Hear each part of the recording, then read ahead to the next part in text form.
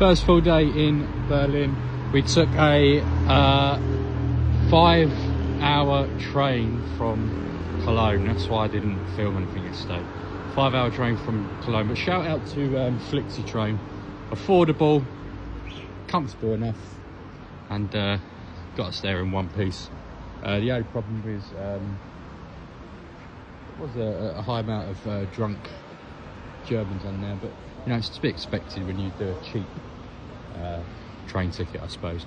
But we are heading towards the Brandenburg Gate this morning, and yeah, stay tuned for there. So far, the vibe in Berlin, I quite like it. Got out station, there's like a little market, little festival thing going on.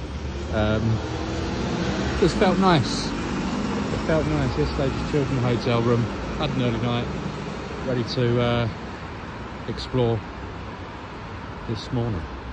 We're here at the memorial of the murdered Jews of Europe, which was created in 1688, believe it or not. It sits right by the Brandenburg Gate. I had thought that it was for World War II for the obvious reasons, but yeah, it started in 1688, so it's a homage to millions and millions of Jews that lost their lives in Europe. It's crazy to be here, to be fair.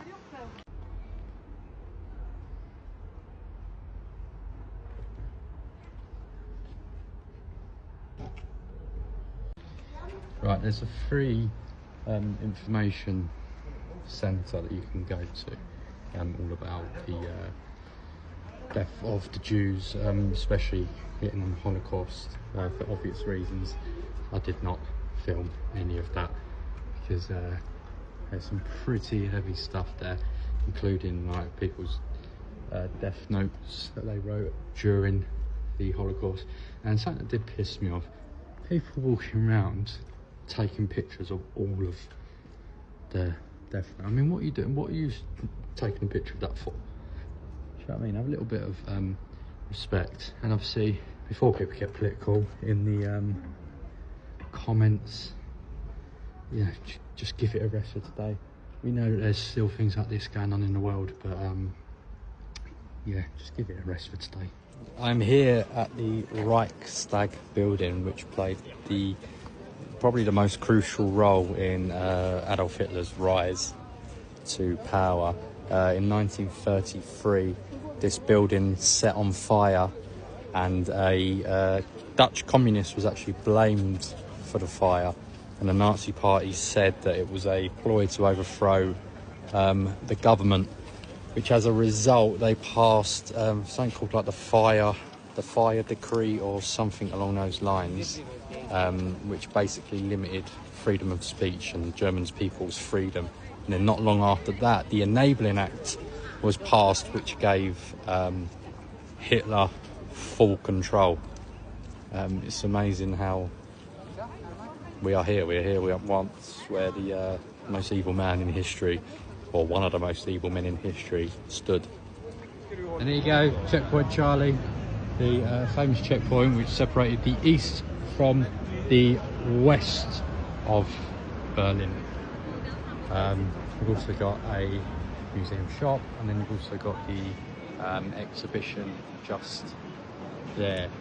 But the actual checkpoint, normally there's actors outside. I don't know whether maybe Sunday they're off, but normally there's actors dressed up in American uniform. There you go, ladies and gentlemen. Another free thing ticked off the list, another thing that we've looked at. I like Berlin. Berlin's good. The vibe's good. It's cool. It's nice. Ladies and gentlemen, here another free museum. This museum is the topography of terror. It's located where the Gestapo HQ was located. Right, I've just done another free museum, and everything's free around here. It's amazing. You got the Reichstag building is free of charge, but you need to book tickets, and you just need ID, but you don't pay a penny. Obviously Brandenburg Gate, free of charge to look at. The Jewish Memorial and the Info Centre, free of charge. This one here is free of charge, and then of course you've got Checkpoint Charlie, which we're heading to next, which is also free of charge. And I also admire that the German people aren't hiding history. They're not hiding the bad side of history, much like unfortunately the UK does. We don't talk about the thousands of massacres that occurred when we was colonising half the world, but the Germans don't hide the fact that this stuff happened and it was their fault, and I do admire that. So fair play. I like Berlin at the moment.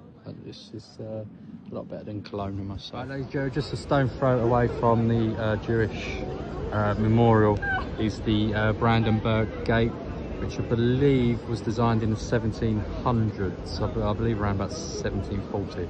I don't know the name of the guy who built it, but when he built it, it was supposed to be a symbol of peace and freedom. And then ironically, not too many years later, with the war of Prussia, Napoleon obviously won that war, and he marched through the gate.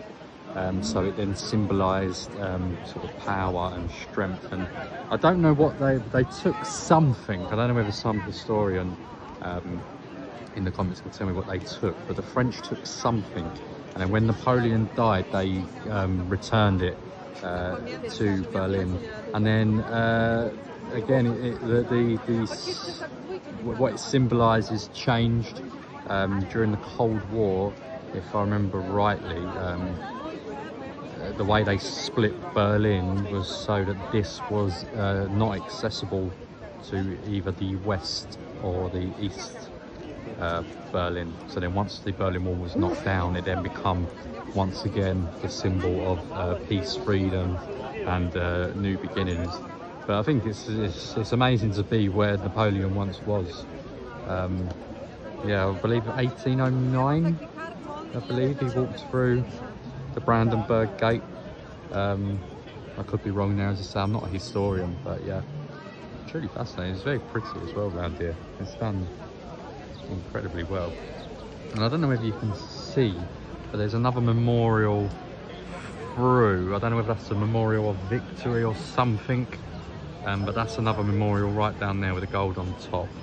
Yeah, and it's right by the Reichstag building as well, which we will go to next. But yeah, guys, there's Brandenburg Gate, and there's a little bit of the history. As I say, I could be wrong, but hope you enjoyed it. 11.50 for a cocktail and a pint of lager. Warsteiner, German brewed. Never tasted it before. It did have froth on it. The froth is set since sort of plain and everything else, but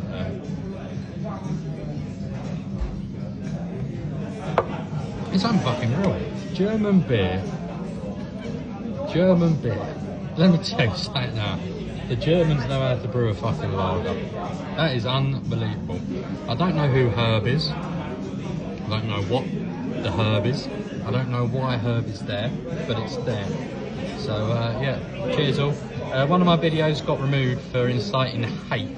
That was the video outside the Reichstag building. I have appealed it because obviously there was no hate. I was actually just saying a bit of history about the building, but yeah, I have appealed it.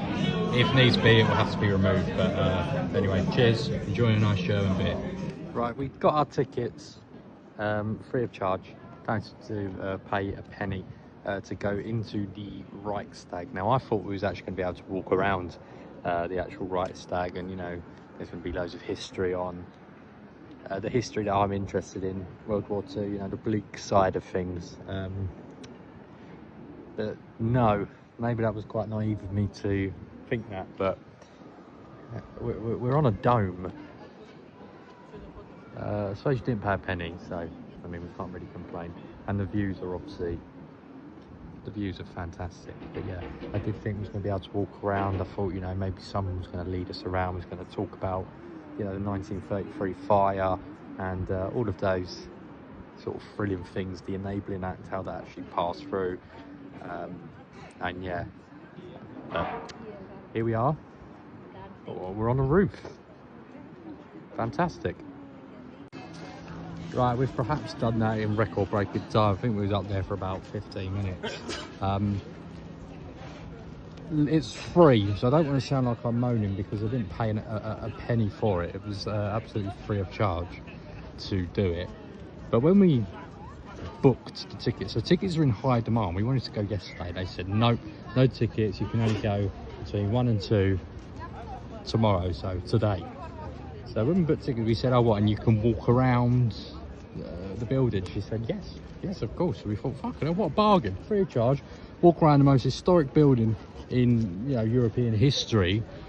And yeah, it wasn't quite that. We just got sent up to the dome. You can see it on the top. You walk around, there's like newspaper articles of, you know, the history of it, but I'm not a reader, you know. I'm not a reader. I don't enjoy reading.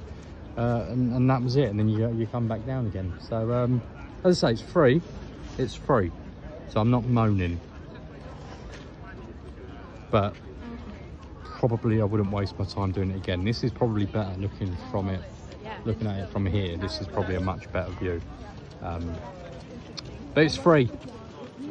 It's free. Not moaning. Having a good time. Love Berlin. We are at part of the Berlin Wall. What once was the Berlin Wall. Obviously the Berlin Wall separated the east and the west side of Berlin. Obviously the west side was run by the Allies, America, France and the UK, and the east side was of course the Soviet Union. There are just little bits of it around Berlin. What I'm most intrigued about with the Berlin Wall is when it obviously came down, David Hasselhoff was the performer. Of all the people in the world, David Hasselhoff was at the bringing down of the Berlin Wall.